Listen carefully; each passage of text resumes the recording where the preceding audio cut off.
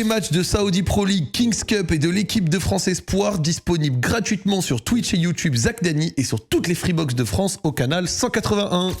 Justement, après avoir écumé beaucoup d'organisations européennes différentes, fin 2019, tu as l'occasion de débuter à l'UFC 242. Ouais. Tu arrives là-bas en 10-2, tu es sur la même carte que Khabib contre Poirier, pardon. Ouais. Et combat que tu perdras finalement. Ouais. Déjà, comment s'est présentée l'occasion de rejoindre l'UFC?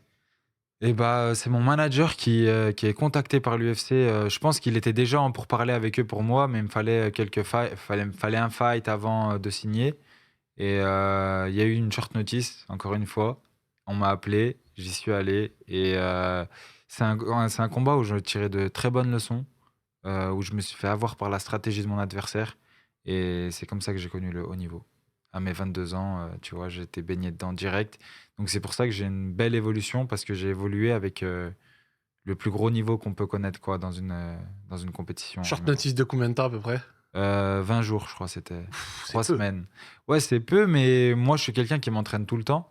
Donc j'étais entraîné. J'étais pas entraîné pour le combat, on va dire, mais je m'entraînais tout l'été, je me suis entraîné, donc j'étais prêt. Qu'est-ce qui s'est passé lors du combat? Tu dis que la stratégie a fait la différence.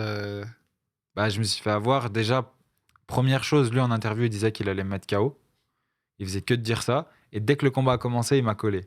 Donc moi, je m'attendais aussi à faire un petit combat de striking. Il m'a collé, et il m'a eu à la stratégie. Il a rendu le combat dégueulasse, en fait. Tu Ok. vois. Pendant 15 minutes, il a fait que de me coller contre la cage. Et au bout de 10 minutes, il a réussi à m'emmener au sol. Et en gros, c'est comme ça qu'il gagne le combat. Ouais. Ouais. C'est vrai que même moi, quand j'avais commencé à suivre le MMA il y a 3-4 ans, j'avais vu ces combats où du coup il y en avait un qui collait l'autre au sol Voilà, ou c'est contre ça. la cage, etc. Là où maintenant, je sais qu'avec des nouvelles règles, il valide plus les dégâts. Oui, Mais c'est vrai qu'à 3-4 ans, c'était pas rare de voir des combats où juste l'un Ouais. amène l'autre au sol et fait pas trop de dégâts, mais juste le maintien, quoi. Oui, c'est ça. En fait, je pense qu'ils ont changé les règles pour ça. Parce que ça faisait des combats peut-être ennuyeux. Et c'est pas l'objectif de l'UFC ou des autres organisations. Est-ce que tu considères qu'à ce moment-là, c'était trop tôt pour démarrer à l'UFC ou ça va? À ce moment-là, ouais, je me suis dit peut-être qu'il me fallait de l'expérience dans une autre ligue avec des combats avec des adversaires genre de plus haut niveau que j'ai combattu peut-être avant. Mais quand l'opportunité elle est venue, je me suis dit que j'allais grandir avec l'UFC. J'allais faire ma route petit à petit parce qu'il y avait quand même des combattants que je pouvais battre, que j'ai battus. Et du coup, en vrai, je suis content du parcours.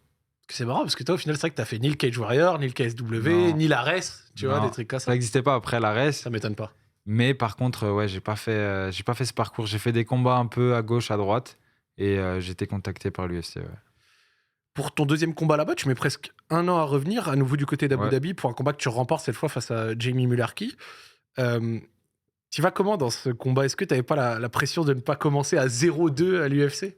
Si, j'avais beaucoup de pression pour ce combat. Et en fait, à chaque combat après à l'UFC, j'ai eu beaucoup de pression. Parce que, en gros, on me disait que j'avais pas le droit à l'erreur, qu'il fallait vraiment pas que je perde. Et du coup, je me suis mis qu'il fallait sécuriser le combat pour gagner, tu vois, à chaque fois. Et ça, je pense que ça m'a pas mal coûté parce que tous ces gars-là que j'aurais pu, je pense, les finir. À l'époque, déjà. Mais tu préférais la jouer safe? Je la jouais safe pour prendre ma victoire. Et je me disais qu'en fait, l'UFC, il fallait gagner, c'est comme ça.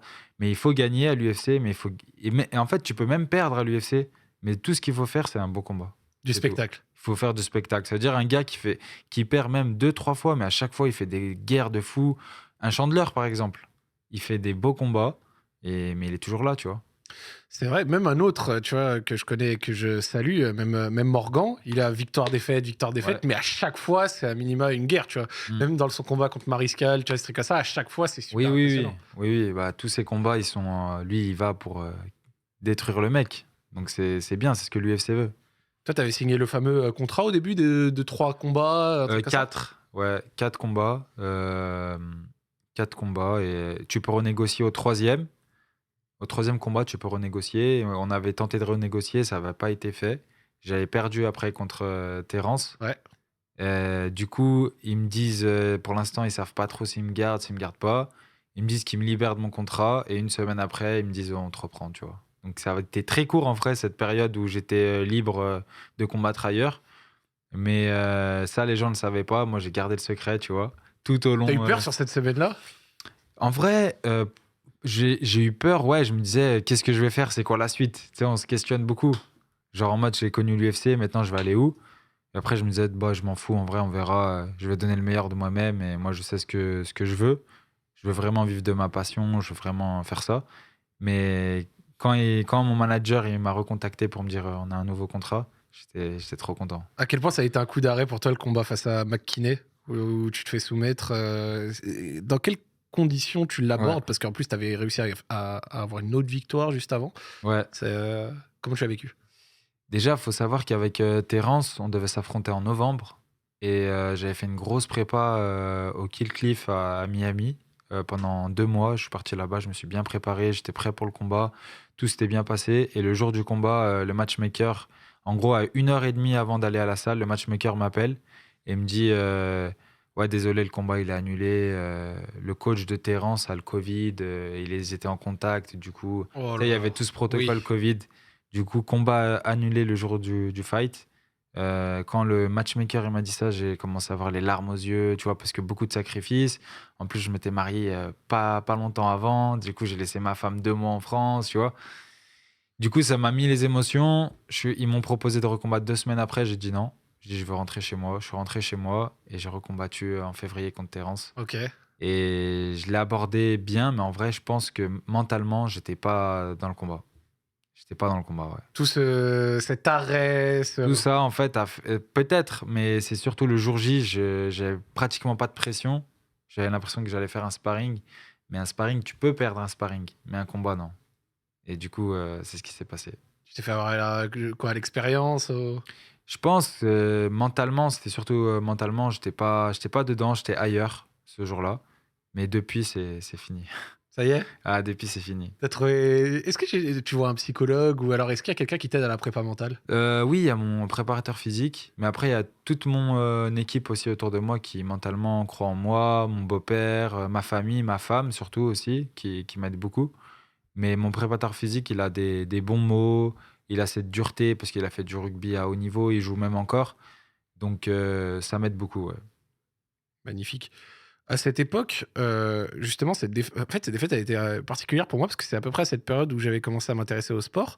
Ouais, Et de ce que beaucoup de gens disaient sur toi à ce moment-là, c'est que Fares, c'est un peu décevant quand même. C'est un truc qu'on ouais, lisait beaucoup, qui ouais, était ouais. beaucoup dit dans les médias, etc. C- Ça t'a fait mal à cette époque? Comment tu l'as vécu? Bah, en vrai, à chaque combat que je faisais, on disait que j'avais pas le niveau UFC, même si je gagnais. Tu vois, ouais, non, pas ouf, machin. C'est vrai que c'était. Même moi, maintenant, je m'en rends compte, tu vois, que c'était pas. Faut le dire, tu vois, quand ça va, ça va, ça va pas, ça va pas. Mais ouais, ça m'a touché un peu. Et depuis tout ça aussi, la semaine du combat, moi, je suis déconnecté des réseaux. C'est quelqu'un qui gère ma page. D'accord. Parce que comme ça, au moins, j'ai la tête Froide. ailleurs, la tête froide, voilà. Et même les vidéos, avant, je regardais les vidéos tu sais, sur YouTube, tu sais, il y a beaucoup de journalistes, de médias qui parlent, les prédictions, machin. À chaque fois, j'étais annoncé perdant, tu vois. Donc, du coup, je regardais plus tout ça pour pas que ça m'atteigne. Et franchement, ça marche bien, ça aussi. Donc, ouais, ça faisait un peu mal, mais je me disais, c'est le jeu. Tu veux être combattant UFC, tu veux réussir dans ce domaine-là. Tu es médiatisé, donc il Donc les faut. gens en parlent. Donc forcément, il faut accepter la critique, qu'elle soit bonne ou mauvaise.